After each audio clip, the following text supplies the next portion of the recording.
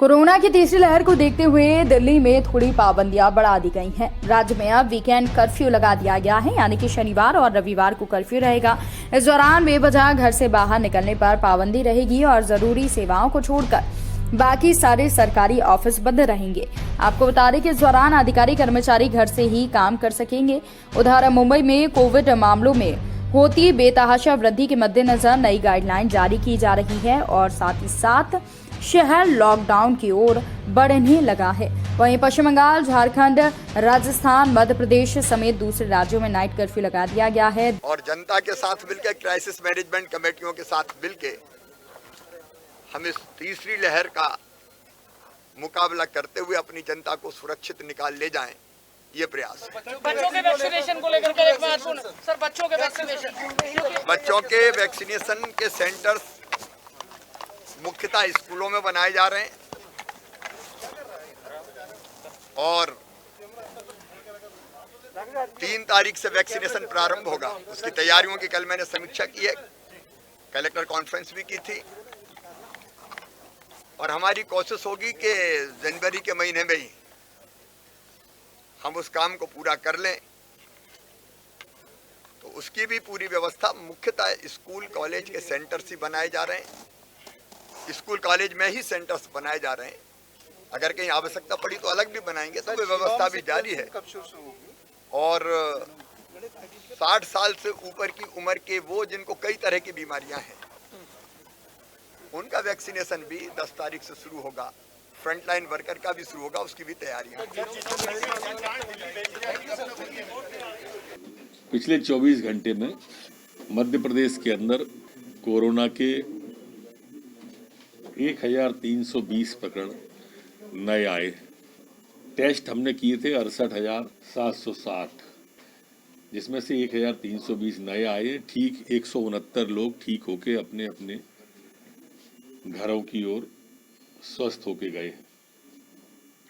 संपूर्ण प्रदेश में active case अब 3,780 वर्तमान में है।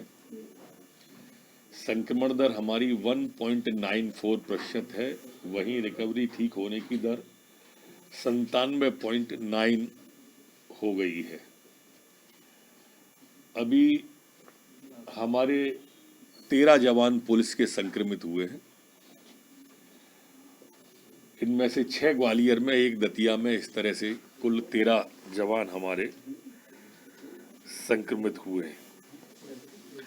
मैं यहाँ यह भी कहना चाहता हूँ, कोविड प्रोटोकॉल का सख्ती से प्रदेश में पालन कराया जाएगा और अब पेट्रोल पंप, डीजल पंप जो हमारे हैं, वाहन चालक अगर मास्क नहीं लगाए हैं तो उन्हें डीजल पेट्रोल न दे, ऐसी सूचना हम करवा रहे हैं।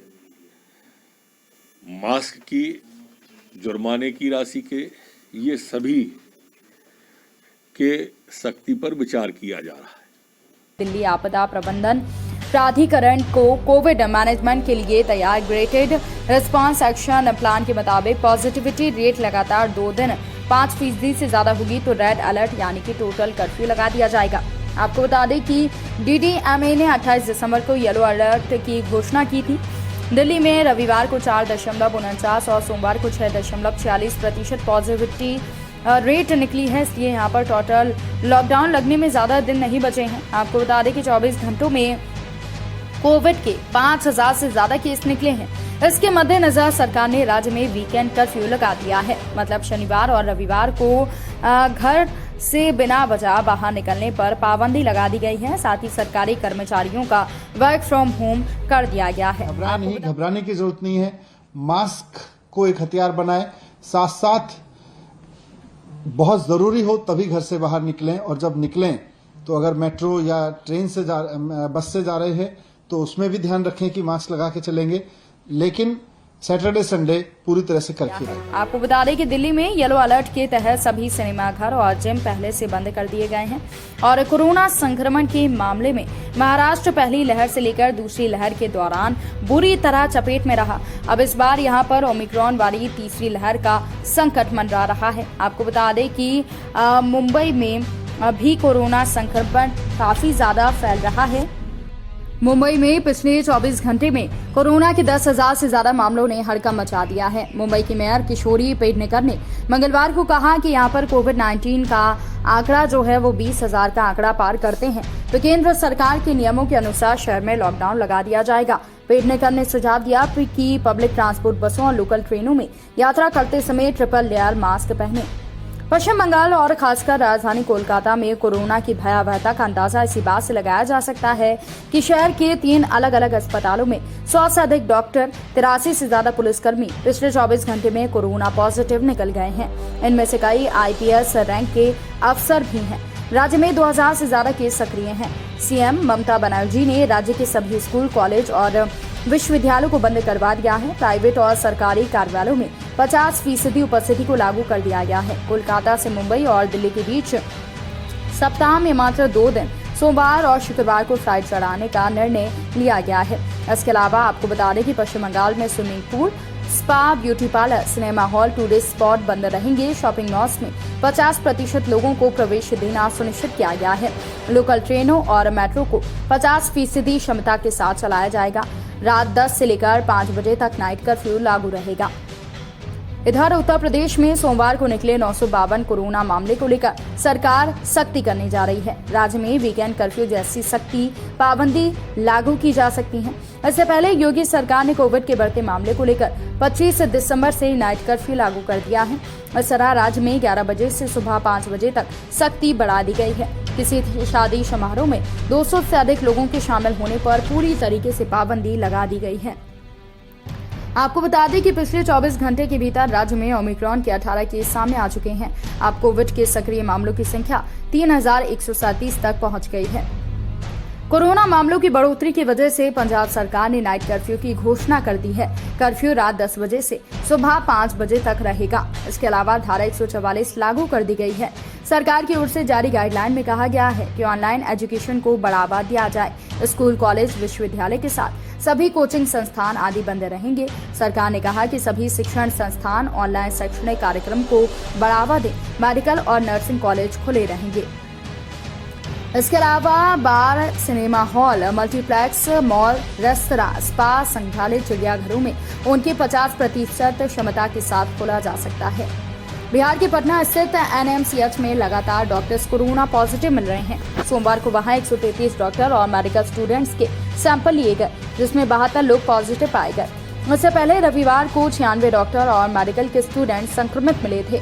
अब पटना के NMCH में 168 डॉक्टर्स और मेडिकल स्टूडेंट पॉजिटिव हो गए हैं। जिस तरह कोरोना संक्रमण के मरीज NMCH में मिल रहे हैं, उससे स्वास्थ्य महकमे में हड़कंप मच गया है। कोविड के मामलों के बावजूद बिहार में कोरोना की सामान्य गाइडलाइन है। इसमें ना तो पड़ोसी राज्यों की तरह नाइट कर्फ्यू लागू है और न ही दिन में कोई खास पाबंदियां लगाई गई हैं। राज्य में धार्मिक स्थलों से लेकर कोचिंग संस्थान तक सामान्य रूप से खोले जा रहे हैं। उधर झारखंड की हेमंत सोरेन सरकार ने राज्य में कोरोना के बढ़ते मामलों की संख्या के मद्देनजर स्कूल, कॉलेज, कोचिंग और शैक्षणिक संस्थानों को बंद करने के निर्देश जारी कर दिए हैं। सरकारी गाइडलाइन के अनुसार रात में 8 बजे तक राज्य की सभी दुकानें बंद करने का आदेश है, जबकि मेडिकल स्टोर, बार और रेस्टोरेंट रात 11 बजे तक खुले रहेंगे। झारखंड में शॉपिंग मॉल, रेस्टोरेंट, क्लब अपनी क्षमता के आधे पर काम करेंगे और इसमें अधिकतम 100 लोग जा सकेंगे। शादी समारोह आदि में हॉल से आधी क्षमता यानी कि अधिकतम 100 लोगों को अनुमति दी जाएगी। आपको बता दें कि झारखंड में कोविड के दैनिक मामले 1000 से ज्यादा हैं और मौजूदा मामलों की संख्या 5700 से ज्यादा है।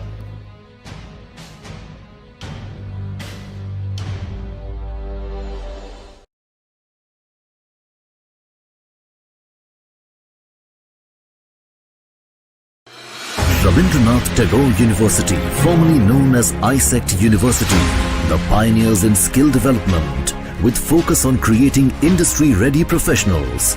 Join India's premier skill-based university, Rabindranath Tagore University.